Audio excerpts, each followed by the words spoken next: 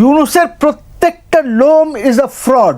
আজকের আইনমন্ত্রী যিনি, উনি তো এই নাটের গুরু ছিলেন সব এই 106-এর। দেশটাকে ধ্বংস আর নষ্ট করে দিয়েছে ইউনূস 18 মাসে, যেটা হয়তো 17 মাসে লুটপাট প্রচুর হয়েছে শেখ হাসিনার সময়, কিন্তু এইভাবে দেশ ধ্বংস হয় নাই। দেশের ইকোনমি বলেন, দেশের ল অ্যান্ড অর্ডার বলেন। আমি তো পাবলিকলি আজকের থেকে না, যেদিন ইউনূস ক্ষমতায় এসেছেন সেদিন থেকে ওনাকে ফ্রড বলছি, আজকে তো না। এগুলি ভাইরাল আছে আমার। He is an international tout. আপনার এখানেও বোধহয় সেদিনও বলে গেছে, এখানেও বলেছেন he is an international tout. এখানে তো আরো কড়া কথা বলে গেছি। আমি বলে গেছি ইউনূস গভর্নমেন্ট যেটা ছিল, এই সরকারটি তো টোটালি অবৈধ ছিল।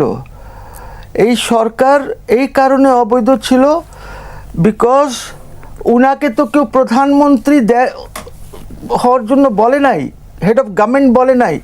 106 যেটা নিয়েছেন সেটা হচ্ছে শপথ দেওয়ার জন্য বলা হয়েছে। উনি কার চিফ অ্যাডভাইজার? উনি তো ছিল না। আগে যখন কেয়ারটেকার গভর্নমেন্টস হয়েছে, সংবিধানে তখন ছিল দ্যাট তার স্টেটাস হবে that of the prime minister, because ওর আগে আমাদের সংবিধানে এক আর্টিকেলে বলা আছে প্রধানমন্ত্রী শুধু প্রধানমন্ত্রীকে ক্ষমতা হস্তান্তর করবেন। সো ওইখানে বলা ছিল, এইখানে কিছু বলা নাই। এইখানে তো এটা নাই, 13th অ্যামেন্ডমেন্ট তো নাই, এটা তো 15th। প্রথমে তো এইটা আদালত বাদ দিয়েছে, পরবর্তীতে এইটা 15th অ্যামেন্ডমেন্ট দ্বারা বাদ দেওয়া হয়েছে, পার্লামেন্ট বাদ দিয়েছে। ইউ সি, সো ওই 106 রেফারেন্স তো টোটালি ফল্টি রেফারেন্স। তার কারণ হচ্ছে যে আপনি সংবিধানে শপথ নেবেন, যে জিনিসটা সংবিধানে নাই, ঠিক আছে, সেটাকে আপনি ঢুকাবেন। এই ঢুকানোর জন্য আজকের আইনমন্ত্রী যিনি, উনি তো এই নাটের গুরু ছিলেন সব এই 106-এর। এই 106-এর নাটের গুরু was the current law minister. NSF certified স্বজন সিপিবিসি পাইপ। পাইপ ভালো তো লাইফ ভালো। And that is totally faulty. ওইটা হতে পারে না। উনি হেড অফ গভর্নমেন্ট হতে পারেন না। উনি যদি কিছু হবেন, he might be the adviser to the prime minister, chief adviser বলেন, যাই নাম দেন না কেন। ওই চিফ অ্যাডভাইজার যেটা 13th অ্যামেন্ডমেন্টে ছিল, ওই চিফ অ্যাডভাইজারের ক্ষমতা তো ওনাকে কেউ দেওয়া হয় নাই। You see, so he was a fraud. এখনও হি ইজ আ ফ্রড। ওনার প্রত্যেকটা লোম ইজ আ ফ্রড। ইউনূসের প্রত্যেকটা লোম ইজ আ ফ্রড, ঠিক আছে। তো ইউনূসের সম্বন্ধে আজকে আমি একটা দেখতেছিলাম, সাম জার্নালিস্ট ও সামবডি বলতেছিল আমরা তো ওনাকে অনেক ডিফেন্ড করেছি, আমরা রাম ছাগল ছিলাম। তো আমি বললাম যে আপনি রাম ছাগল হতে গেলেন কেন, বা আপনি একটা লোকের ব্যাপারে জানার চেষ্টা করেন না কেন যে সে লোকটা কি। মানে প্রত্যেকটা লোম ইজ ফ্রড ইউনূসের।